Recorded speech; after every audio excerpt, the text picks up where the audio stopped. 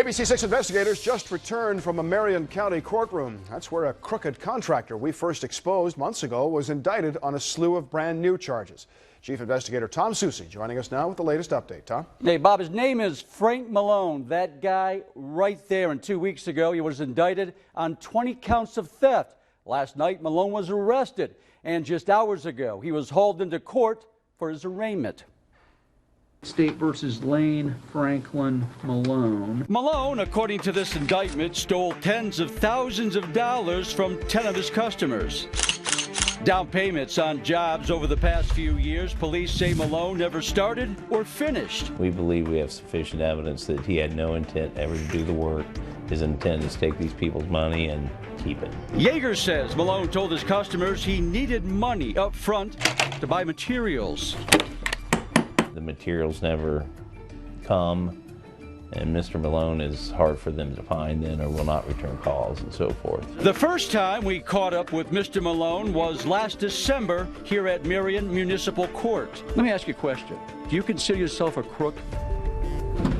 Because I know a bunch of people who do. On that day, Malone was arraigned on one count of theft. According to court records, a family put $3,000 down on a roof job he didn't start.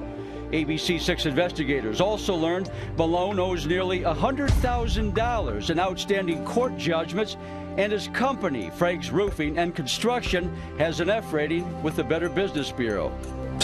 You're getting quite the reputation, sir. Don't touch me.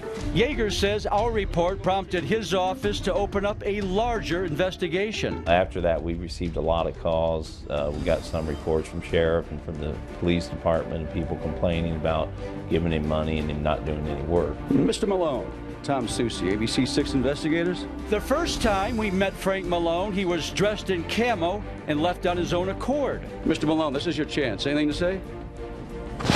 I'll take that as a no. Straight on out, gentlemen. Today he wore handcuffs and an orange jumper and was escorted back to jail. And tonight Frank Malone remains behind bars in Marion County on a $10,000 10% bond, meaning he has to come up with $1,000 for that get out of jail card. Next up, his preliminary hearing. Bob? Stay on it, Tom. Thank you. And if you've got a tip for Tom and the ABC6 investigators, you can leave them a message at 255 News, or you can drop them an email if you'd like at abc6onyourside.com. Of course, you can provide all tips anonymously.